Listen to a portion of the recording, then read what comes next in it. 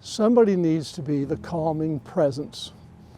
And whether it's words that you don't have to say or ministry that you don't necessarily have to do, but just being present, being that calming presence in the midst of a storm is oftentimes very, very helpful and sufficient to meet their immediate needs. They're anxious. They have families. They have spouses. They have loved ones, older parents whom they're concerned about being around them and being infected with this virus by interaction with them on a social basis. So the doctors and the nurses, the technicians, everybody within the walls of the hospital are anxious. There is a high anxiety level. So what I do is I try to go around and just try to calm the waters as best I can initially. Ask open-ended questions about how they're doing today. What kinds of needs do they have that I can help meet? How can I pray for you? What is it about this pandemic that has affected your life personally and professionally? Because there are some nurses who are afraid to come back to work because they have small children and they're concerned about their well-being. Doctors who go in all suited up with their PPE to minister to the COVID-19 patients, they're concerned about the contagions that they might walk out of that room with. So there's a high level of anxiety, but when you're with them and you get them to talk and just share personally what's going on in their life, they're always appreciative. They always say thank you for coming by. Haven't seen you in a day or so. I'm so grateful that you're here today. Thank you for coming by. Now what can I do for you? How can I help you? And we have resources. We can direct them to get counseling. We can direct them to our church, for example. It has a wonderful counseling program. There are a couple of other churches that have counseling programs. Our hospital system offers counseling for its employees. So there are lots of resources outside of the hospital that we can offer. There are grief counseling for families who have loved ones who die in the hospital. And therein lies another issue, that they can't be present most of the time when their loved ones die. There was a nurse who told me yesterday it was the hardest thing I've ever done in my career. It was the first death I had last week, and I had to take the patient's belongings from his room out to his wife to her car because she couldn't be with him in the hospital when he died. And her heart was just broken. So what they need is an embrace, and this is the frustrating part for me. I'm like you, because I've watched you. You're a hugger. Touch means so much. Touch means that affirmation of our humanity.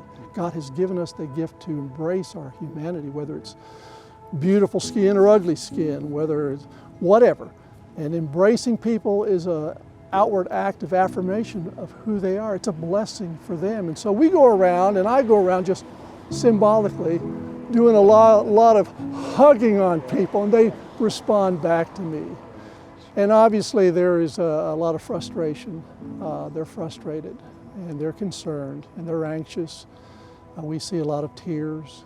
We see a lot of anger sometimes. Do we have enough equipment? Does administration really understand what we're going through?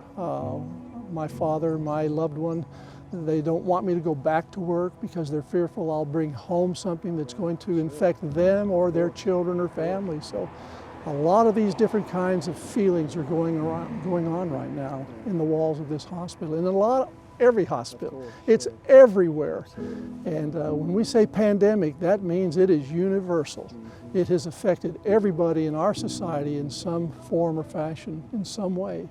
Everybody has heard about the coronavirus and the pandemic, and even our patients who are a little bit more well, if I can use that term, than other patients in the hospital. The COVID-19 patients, most of them are on ventilators. They can't speak and they can't respond, but we can call their families. We can give their families reassurance that they're being seen, that they're being well cared for. Now, I'm the kind of guy who likes to go by a patient's room and just pop in without an invitation, without a referral, just to see how that patient is doing. And many times the conversation moves toward what's happening with the pandemic, what's going on with this crisis. And it opens the door to bring calmness into their life, to end the visit with a prayer, to just ask the Spirit of God to indwell in that person's heart, to bring confidence and reassurance that they're not alone through this experience, and trying to reassure them that they're going to get the best care, that they are receiving the best care available, that we are attentive to the needs that they have, and certainly spiritual needs is a part of that.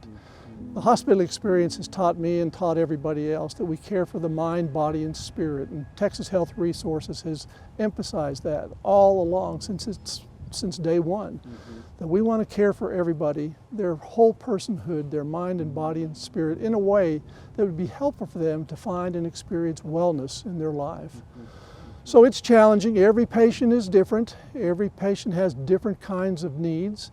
And some, once in a while, you can kind of read body language and tone of voice, whether or not they want you or don't want you to come into the room.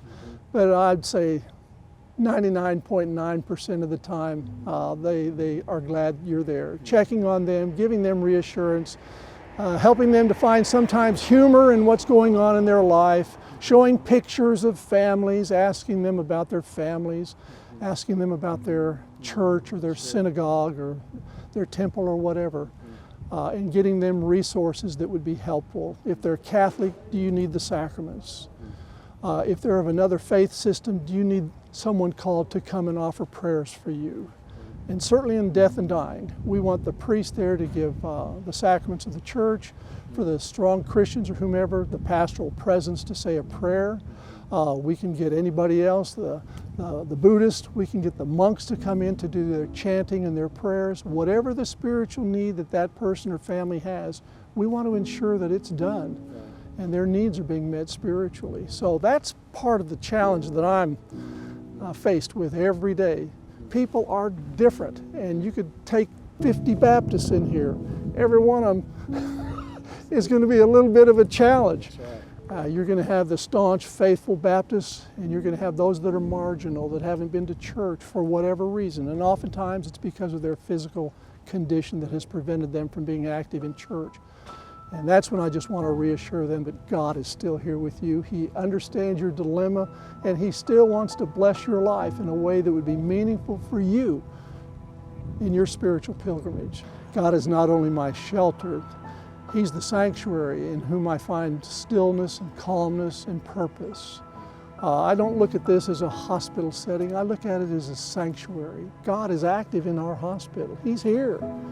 And that excites me when I'm able to share with people that God doesn't need to be invited into this hospital or into your room or into your life. He's here already.